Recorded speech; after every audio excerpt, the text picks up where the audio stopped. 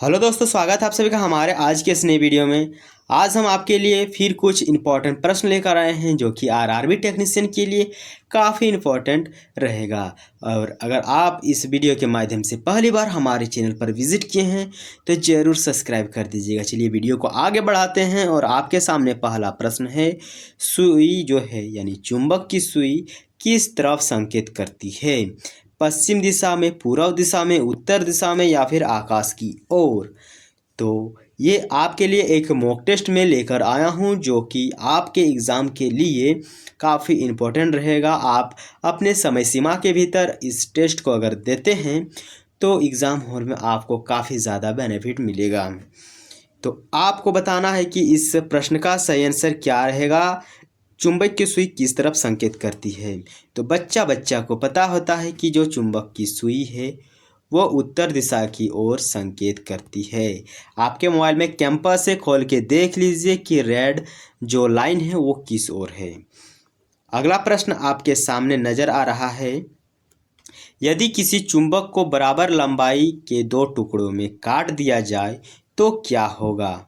Option आपके सामने हैं। अगर आपको पता है किसी भी प्रश्न का आंसर तो कमेंट में बताने का प्रयास कीजिएगा। ठीक, तो अगर हम किसी चुंबक को दो बराबर टुकड़ों में काट देते हैं ना, तो क्या होता है, दोनों जो टुकड़े हैं संपूर्ण चुंबक की तरह कार्य करेगा। ऐसा नहीं कि एक और नॉर्थ पोल चल गया, एक और साउथ पोल चल गया, ऐसा नहीं होता है। इसका जब हम दो बराबर हिस्सों में बांट देते हैं तो ये नॉर्थ पोल ये साउथ पोल हो जाता है, ये नॉर्थ पोल ये साउथ पोल हो जाता है। ठीक, अगले प्रश्न की ओर चलते हैं और अगला प्रश्न है, परमाणु जो बम होता है, परमाणु बम का कार्यकारी सिद्धांत यूरेनियम का नाभिक विखंडन है और हाइड्रोजन बम का कार्यकारी सिद्धांत क्या है? तो हमको पता है कि जो परमाणु बम होता है ये नाभिक विखंडन सिद्धांत पर कार्य करता है, जबकि हाइड्रोजन बम जो होता है ये नाभिक के संलयन के सिद्धांत पर कार्य करता है। तो ऑप्शन बी इसका जो कि सही आंसर रहने वाला है। आगे चलते हैं और अगला प्रश्न है, वह परमाणु ऊर्जा संयंत्र जो हाल ही में सक्रिय हुआ कहाँ पर स्थापित हुआ है? आपको बताना है कि वो नरोरा में है, कलपक्कम में स्थित है, तारापुर में स्थित है या फिर केगा में स्थित है। तो भारत का एक परमाणु ऊर्जा संयंत्र जो हाल ही में सक्रिय हुआ है इसको केगा में स्थापित किया गया है। आप इसका राज्य हमें कमेंट में बताइए कि केगा किस राज्य में स्थित है और तारापुर क्यों फेमस है। सूर्य की ऊर्जा उत्पन्न होती है, आपको बताना है क्योंकि ये प्रश्न काफ़ी कॉमन प्रश्न है। हमारा जो सूर्य है सौरमंडल का एकमात्र ऊर्जा का साधन, उसमें ऊर्जा जो उत्पन्न होती है वो ऊर्जा नाभिक के संलयन के माध्यम से उत्पन्न होती है। अगला प्रश्न है कि सूर्य से उत्पन्न ऊर्जा का दाता है। तो अभी हम इस प्रश्न को करके आए हैं ऊपर, बिल्कुल वही प्रश्न है, सिर्फ थोड़ा शब्दों में हेर फेर किया गया है। तो इसका ऑप्शन ए सही रहेगा, नाभिक के संलयन। अगला प्रश्न है, सूर्य पर ऊर्जा का निर्माण होता है। फिर से हम उसी प्रश्न को आपके सामने लेकर आए हैं, आपको कंफ्यूज नहीं होना है। तो ऊर्जा जो सूर्य पर उत्पन्न होती है या निर्माण होता है ये नाभिक के संलयन के माध्यम से उत्पन्न या फिर निर्माण होता है। अगला प्रश्न है कि सूर्य में ऊर्जा का दाता है। सेम प्रश्न, नाभिकीय संलयन। अगले प्रश्न की ओर चलते हैं और अगला प्रश्न है, परमाणु बम निम्न में से किस सिद्धांत पर आधारित है? तो हमने देखा हाइड्रोजन बम नाभिक के विखंडन पर आधारित है, वहीं हाइड्रोजन बम जो होता है यह नाभिक के संलयन पर आधारित है। लेकिन नियंत्रित या अनियंत्रित, इसको ध्यान रखना चाहिए, क्योंकि नियंत्रित का मतलब होता है इसको बहुत ही वैज्ञानिक तरीक़ों से सोच समझकर नियंत्रित किया जा रहा है ताकि आसपास के क्षेत्र में किसी प्रकार का घटना ना हो। और अनियंत्रित में जब वो फटता है तो आसपास का पूरा पर्यावरण नष्ट हो जाता है। तो परमाणु बम जो होता है हमने देखा है कि जापान में जब नागासाकी और हिरोशिमा पर परमाणु बम गिराया गया था तो पूरा जो जापान है उसका आसपास का क्षेत्र यानी नागासाकी और हिरोशिमा का जो क्षेत्र है वहाँ पर अभी भी हमें उसका रेडिएशन देखने को मिलता है। तो ये एक प्रकार का अनियंत्रित संलयन विखंडन अभिक्रिया था। और हाइड्रोजन बम जो होता है ये अनियंत्रित संलयन अभिक्रिया पर क्या होता है, आधारित होता है। ऑप्शन ए इसका सही आंसर रहने वाला है। नाभिक के रिएक्टर जिसके माध्यम से हमें ऊर्जा मिलता है, इलेक्ट्रिकल सप्लाई हमें मिलता है, तो ये हमें किस धातु का उपयोग करके मिलता है आपको बताना है।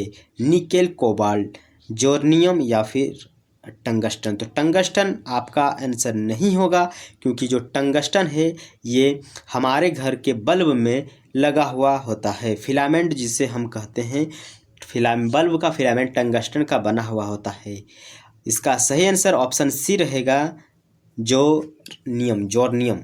ठीक, अगले प्रश्न की ओर चलते हैं। अगला प्रश्न है कि अल्फा जो कण है, क्या अल्फा कण में दो धन आवेश होते हैं जिसका द्रव्यमान बराबर होता है। ऑप्शन ए हीलियम के परमाणु के बराबर होता है, 2 प्रोटॉन के बराबर होता है। उतना पढ़ने का जरूरत नहीं है, हमको पता है कि अल्फा कण के जो धन आवेश होते हैं उसका जो द्रव्यमान होता है हीलियम के परमाणु के बराबर होता है। ऑप्शन ए इसका सही आंसर रहने वाला है। अगले प्रश्न की ओर चलते हैं। सौर ऊर्जा उत्पन्न होती है नाभिक के संलयन, नाभिक के विखंडन, यही में आप कंफ्यूज होंगे। हमें पता है क्योंकि सौर ऊर्जा कहाँ से उत्पन्न होती है, सूर्य से, और सूर्य अभी हमने देखा कि नाभिकीय संलयन पर आधारित है। ऑप्शन ए इसका सही आंसर रहेगा। अगला प्रश्न है, सूर्य की ऊर्जा उत्पन्न होती है आयन के द्वारा, नाभिक के विखंडन के द्वारा, नाभिक के संलयन के द्वारा या फिर ऑक्सीकरण के द्वारा। तो हमने देखा कि ऊर्जा जो सूर्य में उत्पन्न होती है ये नाभिकीय संलयन के माध्यम से उत्पन्न होती है। Option C. हम उसी प्रश्न को बार बार शब्दों में थोड़ा सा बदल कर लाए हैं ताकि एग्ज़ाम हॉल में आपको किसी भी प्रकार की प्रॉब्लम ना हो। सितारे जो कि स्टार होते हैं अक्षय ऊर्जा के दाता का कारण है क्योंकि उसमें जो हीलियम के हाइड्रोजन है वो परिवर्तन हो जाते हैं, हाइड्रोजन का हीलियम में परिवर्तन होता है, या फिर जो रेडियोधर्मी तत्व उसका क्षय होता है, ऑक्सीजन की अधिकता जो जलने में सहायक है तथा ऊर्जा उत्पन्न देती है। तो आपको बताना है कि जो सितारे हैं, स्टार्स है, इसमें ऊर्जा हमें नहीं देखने को मिलता है। क्यों? क्योंकि उसमें जो हाइड्रोजन होता है वो हीलियम में क्या हो जाता है, चेंज हो जाता है, परिवर्तन हो जाता है। अगला प्रश्न है, समृद्ध यूरेनियम होता है प्राकृतिक यूरेनियम जिसे रेडियोधर्मी आइसोटोप का घटक कृत्रिम रूप से बनाया जाता है। बी विशेष खोल में रखी यूरेनियम की छड़ें प्राकृतिक यूरेनियम और थोरियम का निर्माण, क्रोमियम की कोटिंग हुई यूरेनियम की छड़। तो आपको बताना है कि इसका सही आंसर क्या होगा। जी दोस्तों, इसका सही आंसर ऑप्शन ए ही रहने वाला है। मैं आपको बता दूं कि किसी भी प्रश्न पर अगर ज़्यादा से ज़्यादा खोलकर उसका व्याख्या किया जा रहा है तो ऑब्वियसली वही ऑप्शन उस प्रश्न का सही होता है।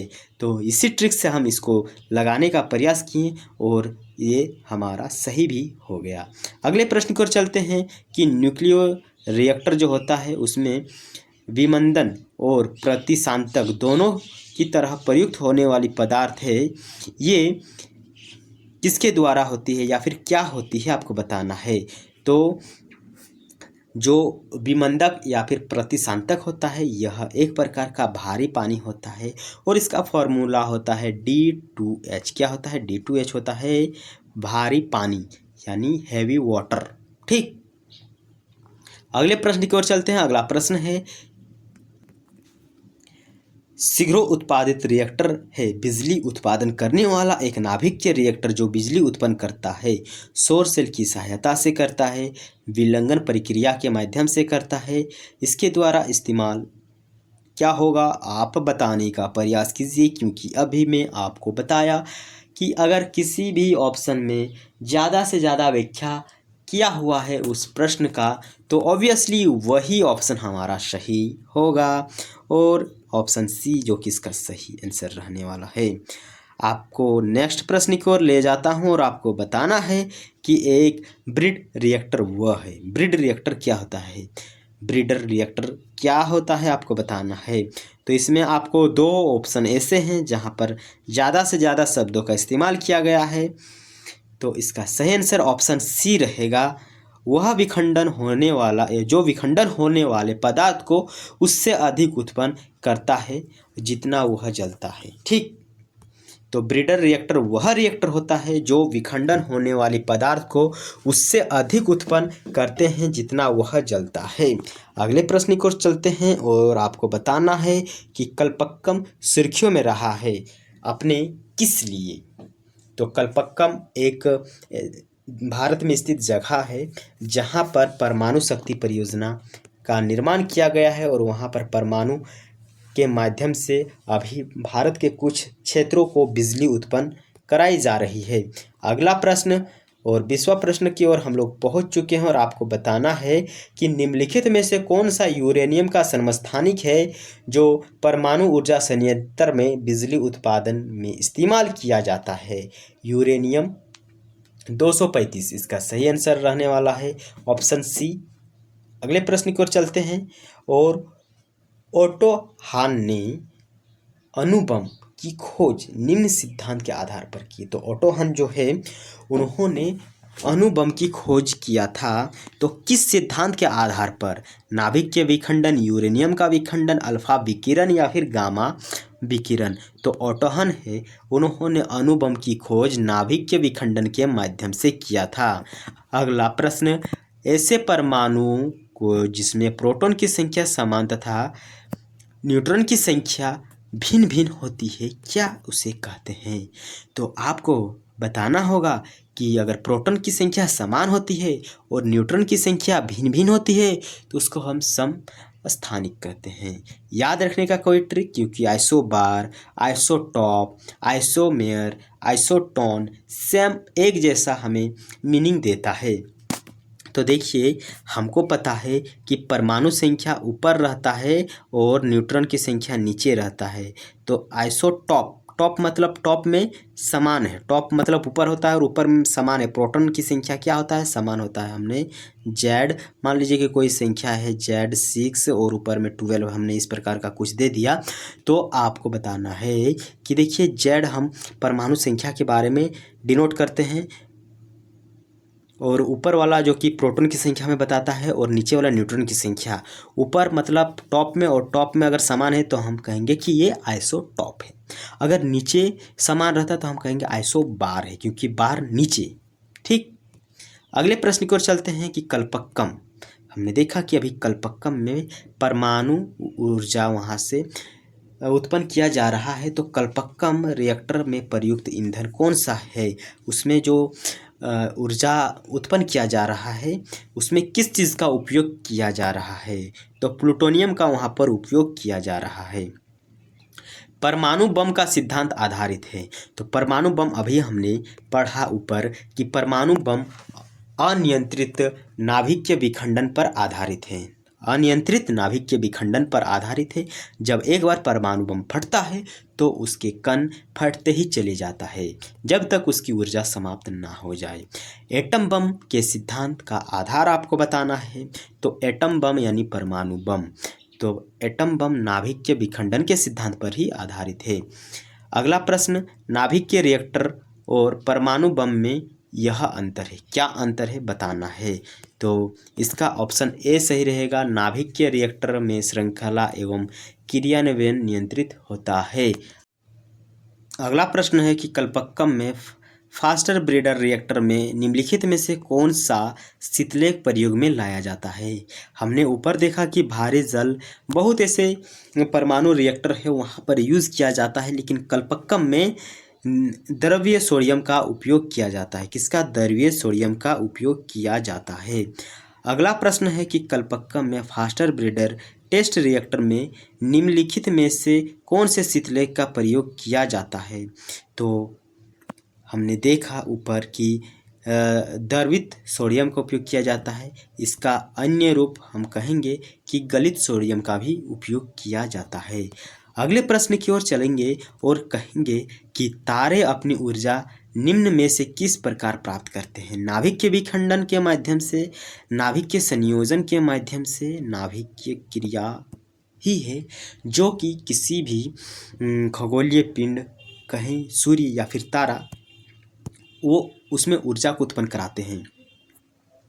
तो एक ही प्रकार के प्रश्न देखकर हमें बोर हो गया है, और बोर होने का कोई ज़रूरत नहीं है। आपके माइंड यही कर रहा है कि एक ही प्रकार के प्रश्न बार बार हमारे पास आ रहा है, लेकिन जितना बार वो प्रश्न आपके आँखों से गुजरेगा वो आपको जल्द याद हो जाएगा। एटम बम का भाग नहीं है, सॉरी एटम बम नहीं, एटम का भाग नहीं है। अगला प्रश्न है कि जो अणु है, यानी जिसे हम इंग्लिश में एटम कहते हैं, उसका भाग नहीं है।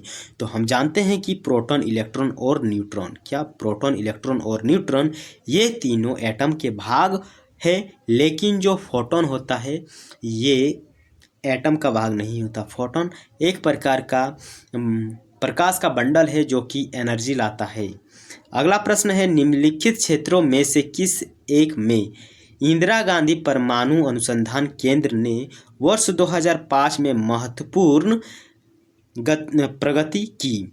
ऑप्शन आपके सामने हैं, और ट्रिक के माध्यम से अगर आप इस प्रश्न को हल करेंगे तो आपको पता चल जाएगा कि हमने ऑलरेडी 2 प्रश्नों को इसी ट्रिक के माध्यम से किया हूँ, जहाँ ऑप्शन अगर ज़्यादा शब्दों में व्याख्या करके हमारे सामने आया है तो वही ऑप्शन सही रहेगा। ऑप्शन बी इसका सही आंसर रहेगा गाइज। नेक्स्ट प्रश्न की ओर चलते हैं। BRIT भारत सरकार निम्नलिखित में से किस एक के साथ कार्यरत हैं? आपको बताना है, सूचना प्रौद्योगिकी के साथ, रेल वैगन के साथ, समस्थानिक प्रौद्योगिकी के साथ, या फिर सड़क परिवहन के साथ।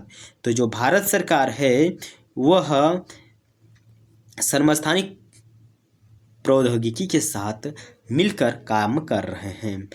परमाणुिक ऊर्जा विभाग निम्नलिखित में से किस के प्रशासन के अधीन है? आपको बताना है, मंत्रिमंडल सचिवालय के अधीन है, प्रधानमंत्री कार्यालय के अधीन है, विद्युत मंत्रालय, या फिर विज्ञान और प्रौद्योगिकी मंत्रालय। तो हमें पता है कि प्रधानमंत्री जो कार्यालय है वही परमाणुिक ऊर्जा विभाग के प्रशासन के अधीन कार्य करता है।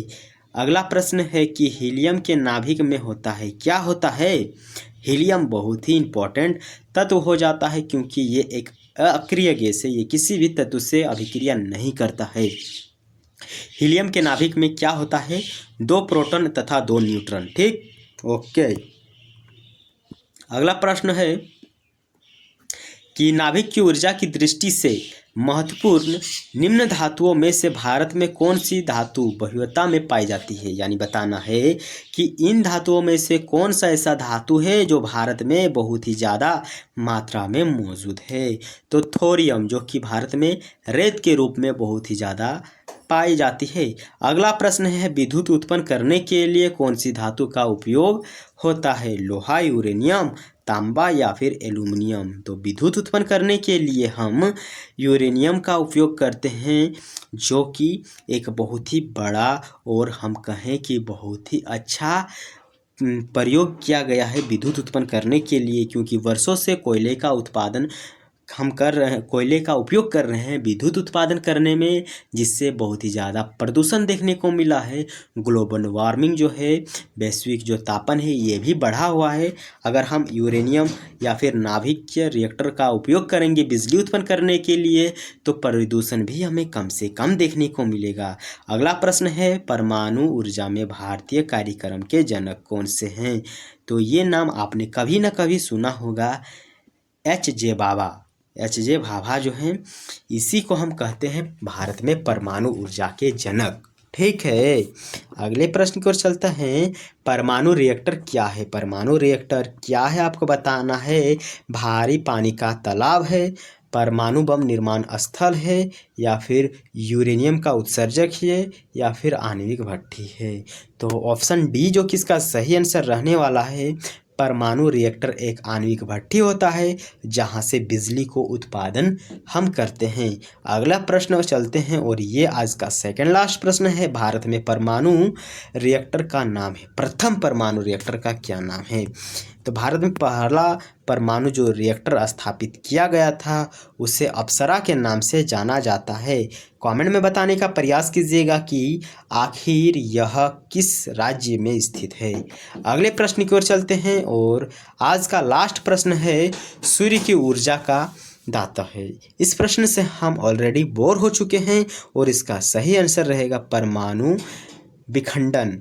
तो हल्के नाभिकों का विखंडन या फिर हल्के नाभिकों का संलयन, विखंडन होगा। एक प्रश्न हमारे सामने भी आकर बोर हो गए हैं, हल्के नाभिकों का संलयन। ठीक, इस पीपीटी में और भी कुछ प्रश्न हैं जो कि हम नहीं करने वाले हैं।